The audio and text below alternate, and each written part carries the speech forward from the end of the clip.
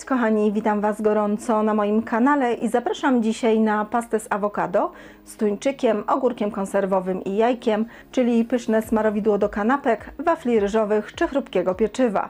Zapraszam do oglądania filmu. Składniki. Umyte awokado przekrawamy wzdłuż na pół, wyjmujemy pestkę i łyżeczką wydrążamy z niego miąższ.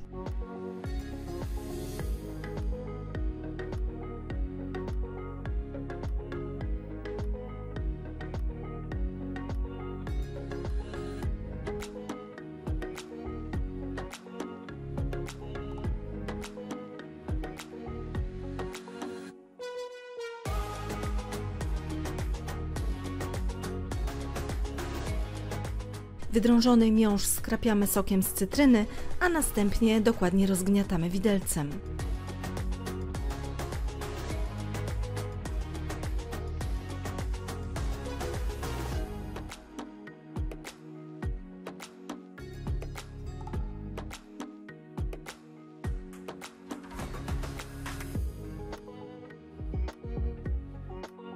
Ugotowane na twardo jajka ścieramy na tarce o dużych oczkach.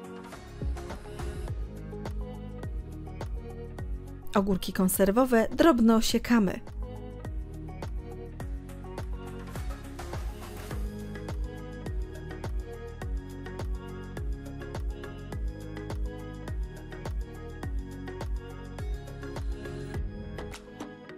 Opłukany szczypiorek również drobno siekamy.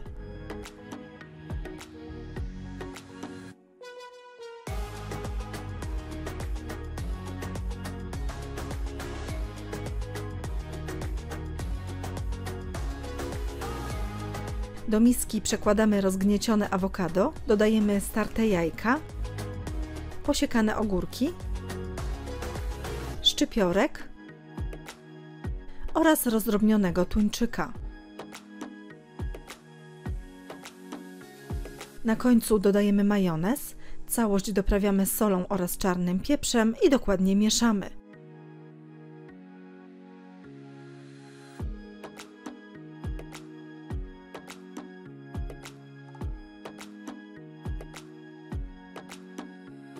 Tak przygotowaną pastę podajemy z pieczywem.